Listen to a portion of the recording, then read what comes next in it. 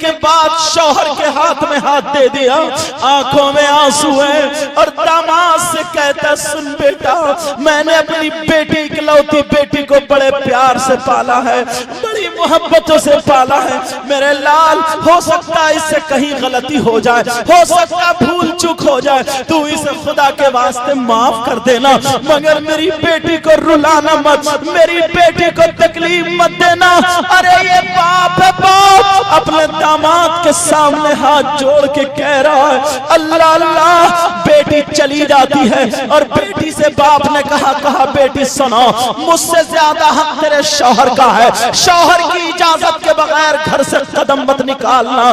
بیٹی بولی ابا جان ٹھیک ہے، بیٹی چلی جاتی ہے، اپنی سسرال میں رہتی ہے، تیسرا کوئی نہیں ہے، لڑکا لڑکی ہے، بڑے پیار سے رہ رہے ہیں، کچھ دن گزر جاتے ہیں، لڑکی روزانہ قرآن کی تلاوت کر کر کے دعائیں کرتی ہے، مولا میرے شوہر کی عمر اور عزت میں برکتیں عطا فرما دے۔ لڑکی بھی دعائیں کر رہی ہے، لیکن کچھ دنوں کے بعد شوہر کا کام بند ہو جاتا ہے، شوہر پریشان ہونے لگتا ہے، اپنی بیوی سے کہتا ہے میرا کام نہیں چل رہا ہے، میں پریشان ہوں، کیا کروں، فلاں جگہ یہ کام زیادہ ہے، اگر اجازت ہو تو وہاں چلا جاؤں۔ بیوی کہنے لگی میرے سرتاج جیسے تمہاری مرضی، جس میں تم خوش ہو اسی میں میں خوش ہوں، اگر تمہاری یہی مرضی ہے تو تم چلے جاؤ، میں تمہیں اجازت دیتی ہوں۔ اللہ اللہ، لیکن شوہر کہنے لگا بی بی سنو، تمہارا میکہ بستی کا ہے، تم تو اپنے میکے کو چلی جاؤ گی، میرے گھر میں چراغ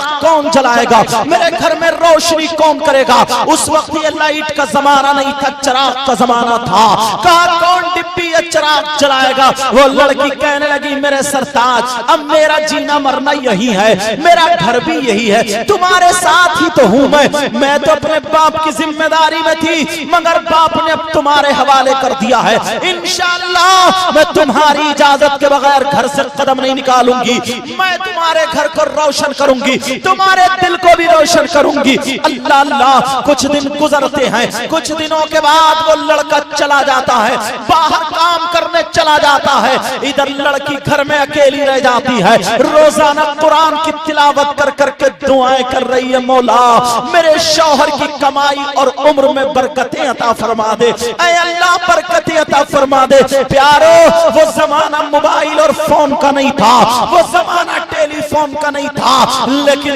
دعائیں کر رہی ہے مولا میرے شوہر کی عمر میں اور کمائی میں برکتیں عطا فرما دے۔ آج کہاں ہے میری بہنیں ایسی جو اپنے شوہروں کے لیے دعائیں کرتی ہوئی دکھائی دے؟ نماز نہیں پڑھتی تو دعائیں کیا کرے گی؟ لیکن سنو وہ لڑکی دعائیں کرتی جا رہی ہے، ادھر شوہر کماتا چلا جا رہا ہے، کچھ دنوں کے بعد اس لڑکی کے باپ کی طبیعت خراب ہو جاتی ہے، اتنی طبیعت خراب ہو جاتی ہے لینے کے دینے پڑ جاتے ہیں، لوگ محلے والے دیکھنے جا رہے ہیں، عیادت کے لیے جا رہے ہیں، اس لڑکی کو پتا چلا میرے باپ کی طبیعت خراب ہے، میرے باپ کی طبیعت ناساز ہے، لیکن لڑکی پریشان ہو جاتی ہے یا اللہ میرے گھر میں تو میرا شوہر بھی نہیں ہے، میں کس سے اجازت لوں؟ میرا شوہر نہیں ہے، اجازت کس سے لوں؟ اور اجازت کے بغیر بیوی کو گھر سے نکلنا جائز نہیں ہے۔ ایک طرف باپ ہے، ایک طرف رسول پاک کا فرمان ہے۔ اللہ اللہ، وہ لڑکی گھر ہی گھر میں رو رو کے دعائیں کر رہی ہے، باپ کی بہت زیادہ لاڈلی پیاری تھی، مولا میرے باپ کو ٹھیک کر دے۔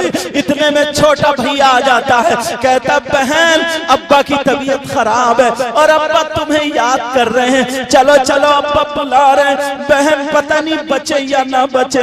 بہن نے جب اتنا سنا تو بھائی کو چپٹ گئی، کہنے لگی بھیا ایسا مت کہو کہ بچے یا نہ بچے، بھائی ایسا مت کہو، لیکن یہ بتاؤ نبی نے فرمایا ہے کہ عورت کو بیوی کو شوہر کی اجازت کے بغیر گھر سے نکلنا جائز نہیں ہے۔ کہا بھیا میں کس سے اجازت لوں، میرا شوہر تو گھر پہ ہے ہی نہیں، فون کا موبائل کا بھی تو زمانہ نہیں تھا۔ اللہ اللہ کا بھیا میں گھر سے قدم نہیں نکالوں گی۔ اب وہ لڑکی گھری میں روتی ہوئی رہ گئی، روتے روتے دعائیں کر رہی ہے۔ تمہیں کیا پتا ہے لڑکی کتنی ممتا کرتی ہے، کتنا پیار کرتی ہے۔